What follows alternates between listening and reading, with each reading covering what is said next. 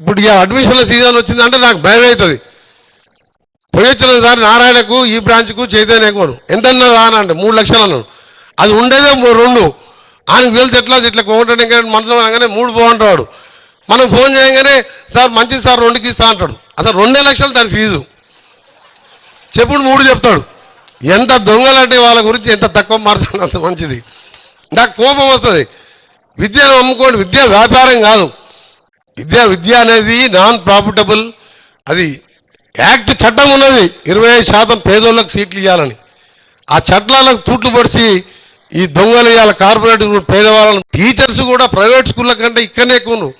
నారాయణ కాలేజీలకు పోండి, గవర్నమెంట్ కాలేజీకి పోండి, అక్కడ ఉట్టి డిగ్రీ చేసిన వాళ్ళు ఉంటారు. ఇక్కడ పిహెచ్డీ చేసి గ్రూప్ సర్వీస్ చేసి ఏ ఉద్యోగం దాకా లెక్చరర్ ఉద్యోగం చేసిన వాళ్ళు ఉంటారు. ఇక్కడ ఎందుకు పోతున్నా ఎవరికి అర్థమైతలేదు.